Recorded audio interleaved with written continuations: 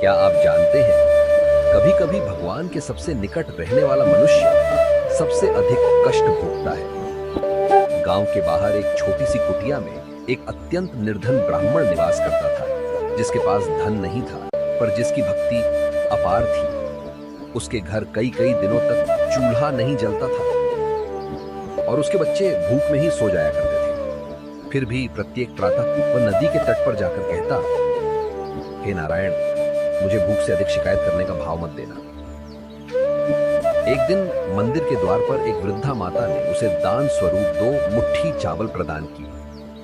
उस रात्रि उसने मन ही मन निश्चय किया, कल प्रातः इन चावलों को मैं भगवान को भोग अर्पित करूंगा।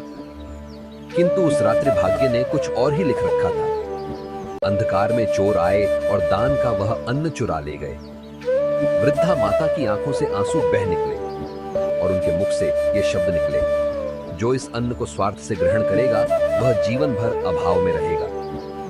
भयभीत होकर चोर व गठरी वन के समीप फेंककर भाग गए और वहीं से प्रारंभ हुआ भाग्य का अद्भुत खेल। अगली प्रातः आश्रम में गुरु माता को वह अन्न प्राप्त हुआ। उन्होंने स्नेहपूर्वक कहा, वत्स, यदि भूख लगे तो इसे खा लेना। पर उस ब्राह्मण ने सब समझ लिया। उसने जान लिया कि यह अन्न श्रापित। उस समय उसके साथ उसका एक मित्र भी था, जो वास्तव में स्वयं श्री नारायण थे, किंतु मनुष्य रूप में। उसने मन में निश्चय किया, मैं दरिद्रता सह लूंगा, पर भगवान पर एक क्षण का भी कष्ट नहीं आने दूंगा।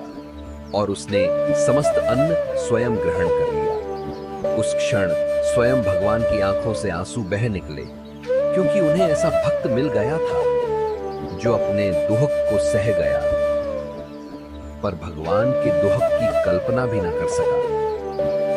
सच्ची भक्ति वही होती है जहां भगवान से कुछ मांगा नहीं जाता, केवल उनका दर्द महसूस किया जाता है।